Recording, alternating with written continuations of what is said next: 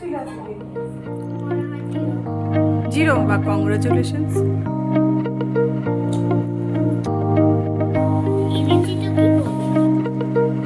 পুরো ঘর একা গুছিয়ে নিয়েছে।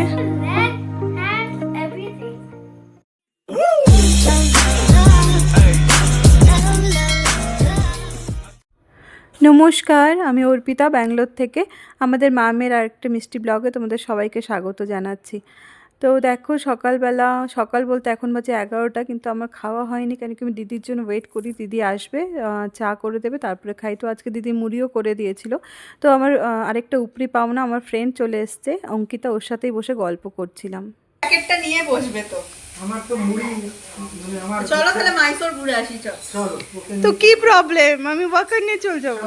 গাড়ির পেছনে এরকম বেঁধে দেওয়া হবে, আমি ওয়াকার নিয়ে চলে যাবো, তাই না দিদি?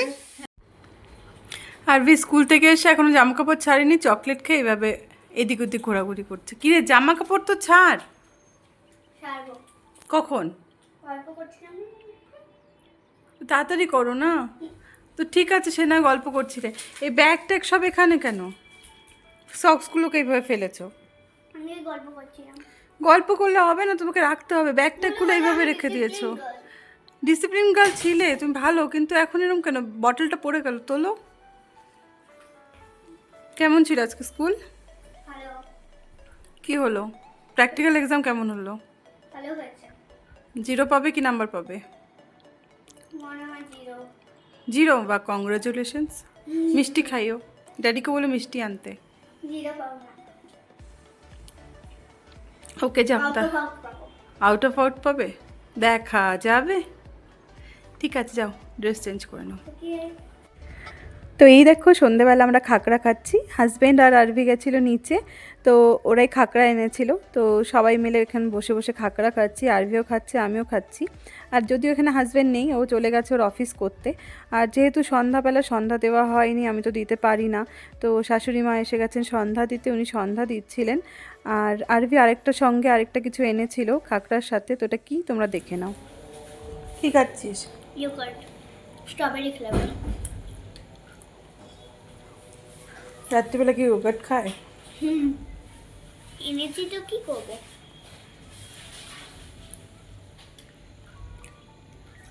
মুখে লেগে আছে তো। কেমন খেতে? টেস্টি।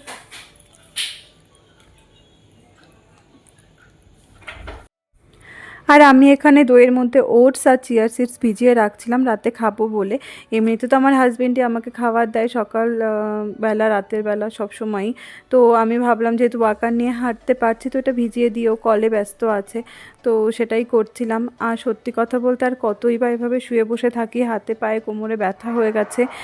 যে মানুষটা সেই ভোর 4:30টাতে উঠে সব রান্না বাড়ি করে আরভিকে স্কুলে পাঠিয়ে নিজেই স্কুলে চলে যাই, তারপর সারাদিন স্কুল করে এসে নাচের ক্লাস নিই, তারপর রাতের রান্না, রাতের খাবার দাবার, তারপরে শুতে যাওয়া। তো সেই মানুষ সারাটা দিন বিছানায় শুয়ে বসে আছে। এভাবে সত্যি কি পারা যায়? কি করে যাচ্ছিস তখন থেকে?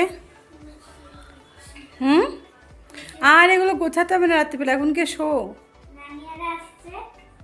তো যখন আসবে তখন হবে, এখন গিয়ে শো না। আর দেখ আজকে অবধি গ্যাসটা আসলো না। ব্যাগ ড্রেস সব গুছিয়ে নিয়েছে, কালকে স্কুল আছে, স্কুলে যাবে। আর তারপর সব কাজকর্ম হয়েছে। আয়, কি করছিস? চল। পুরো ঘর একা গুছিয়ে নিয়েছে, এখন বেড গোছাচ্ছে। আর বেডশিটও নিজে চেঞ্জ করে পেতেছে, কিন্তু পিলো কভারগুলো চেঞ্জ করতে পারিনি, কেন কি পিলো কভার হচ্ছে ও খুঁজে পায়নি, সেই জন্য। কি সুন্দর করে বেডশিটটা পেতে নিয়েছে। এখন এই কমফোর্টার, ব্ল্যাঙ্কেট এগুলো সব বের করে করে রাখলো। যাও কার্টেনগুলো টেনে দাও।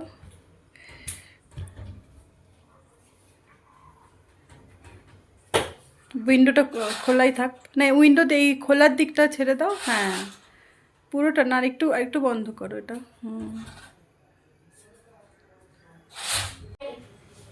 What? I never knew you got a consistent life. Why? You have fractured your leg, hands, everything. Okay. তো এখন আমি এলাম ক্যামেরার সামনে। তো পুরো ব্লগটা এই চললো আজকে সারাদিন, কিছুই দেখানোর মতন নেই। আর ব্লগটা আমি শেষ করতে এলাম। তো চলো আজকে ব্লগটা এখানেই শেষ করছি। তোমরা সবাই ভালো থেকো, সুস্থ থেকো, আনন্দ থেকো। আর আমাকে একটু টায়ার্ড লাগছে বিকজ আমার পায়ে প্রচণ্ড ব্যথা, পায়ে হাতে ভীষণ ব্যথা। তো আমি আজকে এমনিই ছিলাম, এমন লাগছিল কখন পড়ে যাব, মাথাও প্রচণ্ড পরিমাণে ঘুরছে। তো যদি ব্লগটা ভালো লাগে প্লিজ তোমরা পাশে থেকেও লাইক শেয়ার সাবস্ক্রাইব করে দিও।